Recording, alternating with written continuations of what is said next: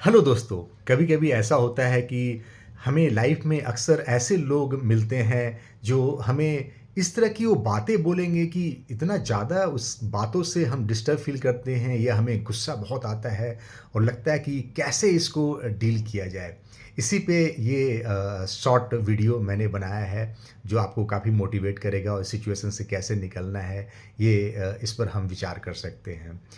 हम सब ने महाभारत का युद्ध टीवी पे देखा होगा और जानते भी होंगे। तो उसमें एक किरदार था, उसका नाम था महाराज शल्य। महाराज शल्य जो थे वो पांडव के मामा थे, नकुल और सहदेव के मामा थे। लेकिन जब वो महाभारत का युद्ध लड़ा जा रहा था, तो वो एक्चुअली में पांडव की तरफ से नहीं लड़े, वे लड़े कौरव की तरफ से, दुर्योधन की तरफ से, जो कि काफ़ी हैरानी वाली बात थी।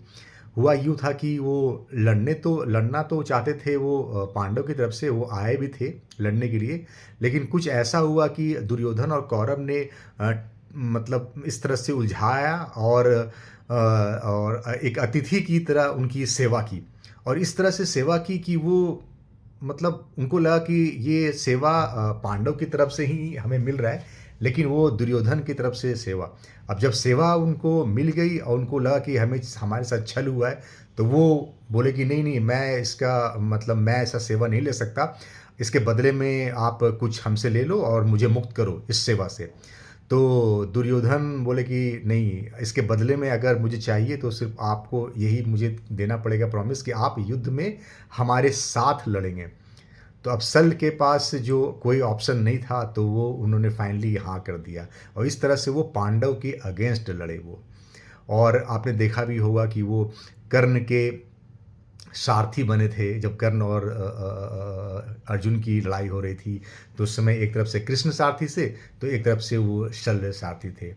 और जब कर्ण मारा गया उसके बाद फिर लड़ाई, जिस दिन शल्य की मृत्यु होनी लिखी थी, उस दिन जब लड़ाई हुई तो अर्जुन से वो मारे नहीं जा रहे थे और भीम से भी मारे नहीं जा रहे थे। तो इन लोगों को काफ़ी आश्चर्य लगा कि ये कैसा योद्धा है कि मतलब मेरे पास गांडीव है और ये है, इतने सारे अच्छे-अच्छे अस्त्र हैं और मैं इसे नहीं मार पा रहा हूँ।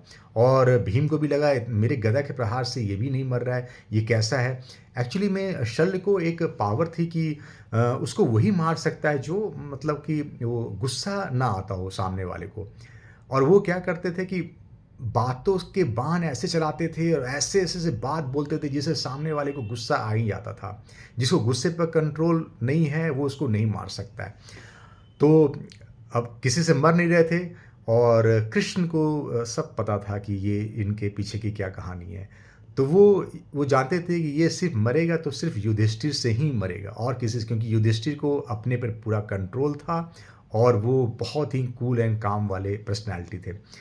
तो उन्होंने युधिष्ठिर को इशारा किया और युधिष्ठिर जब उनके पास गए, तो शल्य ने वही किया। उन्होंने उकसाना स्टार्ट किया, तरह-तरह की बातें बोलने लगी, ऐसा-ऐसा बातें वो बोलने लगे कि जिससे युधिष्ठिर को गुस्सा आ जाए। लेकिन युधिष्ठिर ठहरे बहुत ही शांत स्वभाव के इंसान, उनको ज़रा-सा भी गुस्सा नहीं आया था। जब वो शल्य काफ़ी कोशिश कर लिए और काफ़ी गुस्सा दिलाने की कोशिश कर लिए, तरह-तरह की बातें, लेकिन उसका कोई भी प्रभाव युधिष्ठिर पे नहीं पड़ा, तो उनका जो जादू था, पावर था, वो धीरे-धीरे समाप्त हो गया और इस तरह से युधिष्ठिर फाइनली उसको वध कर पाए, उनको मार पाए। इस तरह से शल्य की वध हो पाई। देखा दोस्तों, कितने ईज़ी तरीके से शल्य की मृत्यु हो गई, सिर्फ़ एक कूल एंड काम से, हमें गुस्सा नहीं आ रहा है।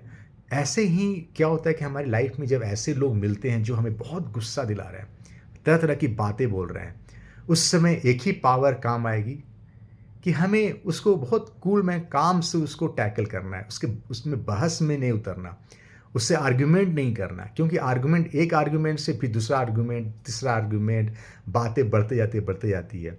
हम थोड़ा स्पेस देंगे, थोड़ा ठहरेंगे, तो इस तरह से क्या होता है, हम पेशेंसली सुनेंगे, इस तरह से क्या होता है कि वो धीरे-धीरे वो खुद ही शांत हो जाता है। तो इस तरह से हम किसी भी सिचुएशन को हम टैकल कर सकते हैं। आशा करते हैं आपको ये स्टोरी पसंद आई होगी। धन्यवाद।